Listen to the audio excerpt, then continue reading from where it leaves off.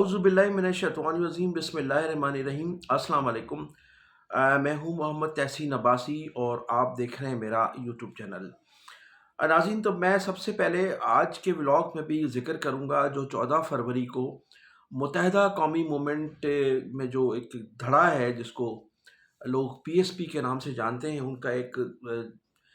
Corner meeting थी लियाकताबाद में। और उस हवाले से कई दिनों से मैंने, जैसे कि आपको बताया था, कि तैयारियां की जा रही थी और बड़े पैमाने पर उसकी तशहीर भी की गई थी। और फिर उस धड़े की मुखालफत भी उनकी जो पार्टी के लोग थे उन्होंने की। खालिद मकबूल सिद्दीकी, फ़ारूक सत्तार, उन्होंने उस कार्नर मीटिंग से, वो थी तो कार्नर मीटिंग लेकिन उसको जलसे का नाम दिया गया था, तो उससे भी ला ताल्लुकी का ऐलान किया था। और ठीक उस वक्त जब मुस्तफ़ा कमाल और उनके जो साथी थे वो ख़िताब कर रहे थे लियाकताबाद में 14 फरवरी को, उसी वक्त खालिद मकबूल सिद्दीकी अपनी टीम के साथ गवर्नर हाउस में अपने कारकुनान से ख़िताब कर रहे थे। तो इस तरह से इख्तलाफात तो उनके खुलकर सामने आ गए और अब कहा यह जा रहा है कि राहें तकरीबन जुदा हो चुकी हैं। तो उस जलसे में जिस तरह से लोगों को लाया गया था उसकी भी मैंने आपको तमाम तफसीलात से आगाह किया था। और अब मैं बताऊंगा कि जो गुफ्तगू की उन्होंने उसका थोड़ा सा मुख्तसर से मैं आपको बताऊंगा कि एक तो मुस्तफ़ा कमाल साहब ने जो जो तकरीर की वो पीपल्स पार्टी के मुखालफत में तकरीर की। उनकी टोटल जो तकरीर थी वो पीपल्स पार्टी की हुकूमत की कारकर्दगी पर भी थी। फिर उन्होंने ये कहा कि जनाब, क्या कब तक हमारे बच्चे जो हैं वो गटर में गिर के मरते रहेंगे और कब तक हमारे लोग जो हैं डंपर के नीचे जो है आकर फोत होते रहेंगे और कब तक हमारे लोग जो है शॉपिंग प्लाजा में जलते रहेंगे, जलकर मरते रहेंगे और अरबों रुपए का नुकसान बर्दाश्त करेंगे। अब इन तीनों का जो जवाब है वो मैं आपको देना चाहूँगा कि सबसे पहले तो मुस्तफ़ा कमाल साहब, ये बताइएगा कि आपने जो गटर में बच्चा डूब कर मर गया था, ऐसे बहुत से वाक़यात हुए हैं। एक नहीं है बल्कि कई दर्जन वाक़यात मेरे इल्म में हैं। कहाँ-कहाँ लोग गिरकर मर गए हैं और बच्चे जो हैं वो डूब गए हैं गटरों में और उनकी फिर लाशें ही मिली हैं। तो आप आज तक किसी एक बच्चे के घर गए हैं ताज़ियत के लिए? मेरे ख़्याल से अभी तक नहीं। इसका जवाब आपका नफ़ी में होगा। फिर ये देखिए कि तकरीबन 150 पौने 200 लोग जो हैं डंपरों में जो है डंपरों के नीचे आकर शहीद हो चुके हैं। आप ये बताइएगा कि किसी एक शख्स के घर पर आप ताज़ियत के लिए गए हैं? और ये जो 150 पौने 200 जो लोग डंपर के नीचे आकर शहीद हुए हैं, उनमें तमाम कौमियतों के लोग हैं। उनमें पख्तून भी हैं, पंजाबी भी हैं, मुहाजिर की एक बड़ी तादाद है, फिर उसमें बलोच भी हैं और उसमें सराइकी भी हैं। सब लोग जो हैं, तकरीबन सिंधी भी हैं उसमें, वो जो डंपरों के नीचे आकर शहीद होने वालों की एक बड़ी तादाद जो है, वो पौने 200 के लगभग हैं ये गुज़िश्ता 2-3 सालों के अंदर-अंदर। तो उसमें मुस्तफ़ा कमाल साहब किसी एक के घर भी, शहीद के घर नहीं गए ताज़ियत के लिए और ना ही उन्होंने वफाकी हुकूमत की जानिब से किसी किस्म का कोई उनको रिलीफ दिलाने की कोशिश की कि कोई किसी को कोई माली इमदाद मिल जाए, इसलिए कि वो वफाकी काबीना का हिस्सा हैं। सिंध गवर्नमेंट ने तो कोई ऐलान नहीं किया, लेकिन कम से कम आपकी जमात वफाकी हुकूमत में शामिल है और आप खुद काबीना का हिस्सा हैं, तो आपको चाहिए था कि इन लोगों के लिए वज़ीर आज़म से कोई ऐलान करवाते, माली इमदाद की जाती। इन लोगों में बहुत से गरीब लोग भी शहीद हुए, इनकी माली इमदाद ज़रूरी थी, लेकिन आज तक ना तो आप उनकी ताज़ियत पर गए हैं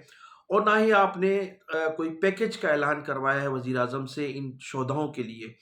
और इसके साथ-साथ फिर जो डंपर माफिया है, उसमें एक आपका एमएनए है जिसको आपने टिकट दिलवाया और फार्म 47 के तहत उसको कामयाब करवाकर आपके साथ वो पार्लियामेंट में मौजूद है और वो डंपर के जो जो माफिया है, डंपर माफिया, उसका वो हिस्सा है। इसके साथ-साथ फिर डंपर माफिया के साथ आपकी दावतें और आपके जो ज़ोहराने और असराने भी देखे लोगों ने। तो यहाँ बड़ा अफ़सोस का मुकाम है कि आप उन तकारीर में, लियाकताबाद की तकरीर में अफ़सोस का इज़हार कर रहे थे कि डंपर के नीचे लोग मारे गए, लेकिन आप आज तक किसी के घर ताज़ियत पर नहीं गए। इसके अलावा फिर जब जो शॉपिंग प्लाज़ाज़ में कराची में आग लगी हैं, ख़ास तौर पर गुल प्लाज़ा है या دوسرے جو شاپنگ سینٹر ہیں یا جن جگہوں پر آگ لگی ہیں کراچی میں، یہ تو یہ اب روز کا معمول بن چکا ہے۔ تو آپ یہ بتائیے گا کہ آپ وفاقی حکومت کا حصہ ہیں، اور وفاقی حکومت کی جانب سے آج تک ایک تو آپ خود آج تک ان کے پاس نہیں گئے، ان کے مسائل نہیں سنے، اور ان سے یہ معلوم نہیں کیا کہ آیا آگ کس طرح سے لگی تھی اور اس میں قصوروار کون ہے، اور سندھ حکومت کی کیا کارکردگی رہی ہے۔ کسی شخص کے پاس آپ آج تک نہیں گئے، اور اس میں جو شہید ہوئے ہیں ان کے لواحقین سے بھی نہ تو آج تک اپنے کوئی تعزیت کی ہے، اور نہ ہی ہمدردی کا اظہار کیا ہے ان کے ساتھ، اور نہ ہی کوئی کسی قسم کے پیکج کا آپ آج تک اناؤنس کروا سکے ہیں۔ اس کے علاوہ آپ کا یہ کہنا ہے کہ جناب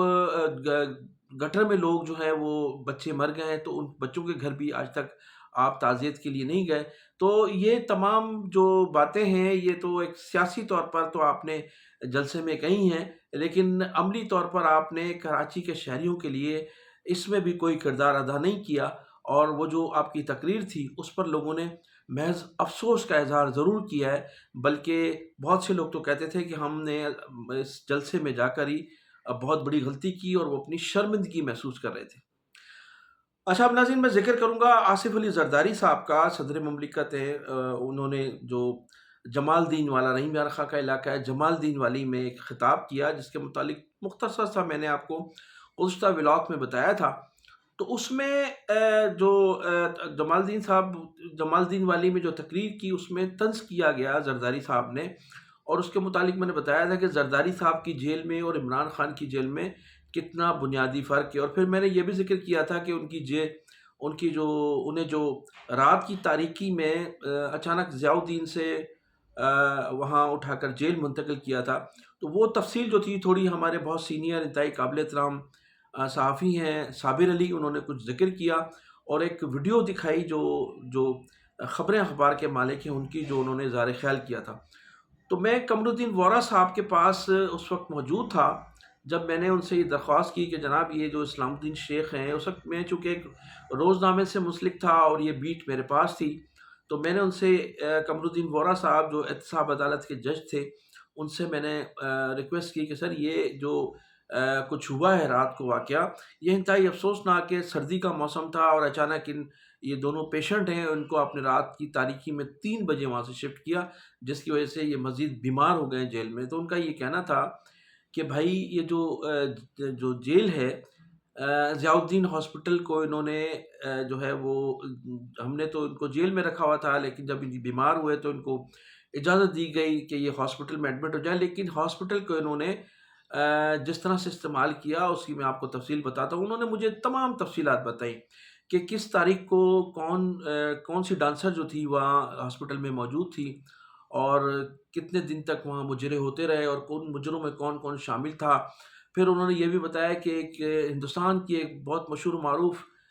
ڈانسر بھی تھیں اور وہ فلم سٹار بھی تھیں، ان کو بھی بلایا گیا، اور وہ 60 لاکھ روپے روزانہ کی بنیاد پر ان کی چارجز تھی۔ ان کے لیے ایک طیارہ تھا جو کراچی ایئرپورٹ پر کھڑا رہا،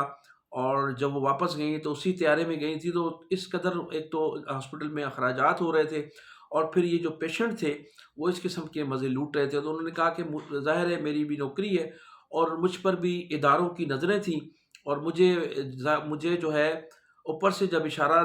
دیا گیا اور مجھے سختی سے کہا گیا کہ ان کو فی الفور جیل منتقل کیا جائے، تو پھر میں نے ان اداروں کے کہنے پر اور سخت احکامات کے بعد میں نے ان کو ضیاء الدین ہاسپٹل سے جیل منتقل کیا تھا۔ تو انہوں نے کہا کہ یہ جو